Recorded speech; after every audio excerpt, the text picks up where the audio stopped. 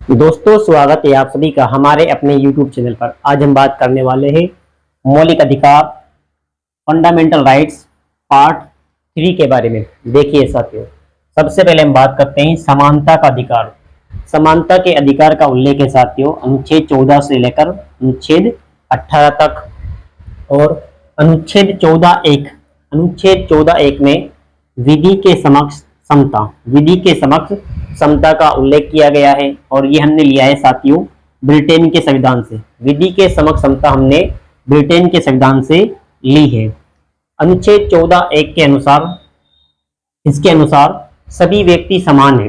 अनुच्छेद 14(1) के अनुसार सभी व्यक्ति समान है और ये विधि की नकारात्मक अवधारणा है। अर्थात इसके अंतर्गत अमीर, गरीब, काले, गोरे, स्त्री, पुरुष सभी व्यक्ति आपस में समान है। अनुच्छेद 14(2) की हम बात करें साथियों तो इसमें विधियों का समान संरक्षण का उल्लेख किया गया है। और ये हमने अमेरिका के संविधान से इसको ग्रहण किया है। इसका अर्थ है साथियों समान वर्ग के साथ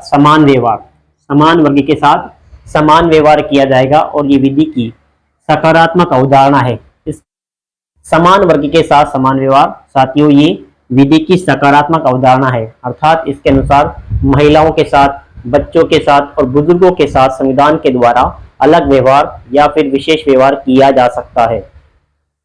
अनुच्छेद 15 में साथियों ये उल्लेख है कि राज्य किसी भी नागरिक के साथ केवल धर्म के आधार पर मूल वंश, जाति, लिंग या जन्म स्थान के आधार पर भेदभाव नहीं करेगा। यानी राज्य धर्म के आधार पर, मूल वंश, जाति, लिंग या जन्म स्थान के आधार पर किसी भी व्यक्ति के साथ भेदभाव नहीं करेगा। अनुच्छेद 16 की हम बात करें साथियों तो अनुच्छेद 16 में लोक नियोजन और रोजगार के विषय में अथवा रोजगार के विषय में अवसर की समानता होगी। यानी राज्य किसी भी व्यक्ति के साथ भेदभाव नहीं करेगा। और अनुच्छेद 17 में अस्पृश्यता अथवा छुआछूत का अंत किया गया है। यानी कोई भी व्यक्ति किसी भी व्यक्ति के साथ किसी भी आधार पर भेदभाव या छुआछूत नहीं करेगा।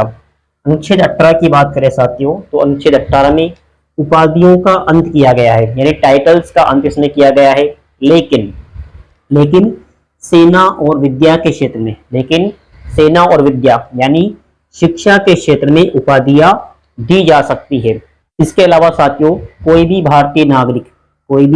भारतीय नागरिक विदेश से राष्ट्रपति की अनुमति के बगैर कोई भी उपाधि ग्रहण नहीं करेगा। साथ ही साथ साथियों कोई भी विदेशी व्यक्ति जो भारत में लाभ के पद पर यानी भारत में किसी राज्य के पद पर या लाभ के पद पर काम कर रहा है वो व्यक्ति भी राष्ट्रपति की अनुमति के बगैर उपाधि ग्रहण नहीं करेगा।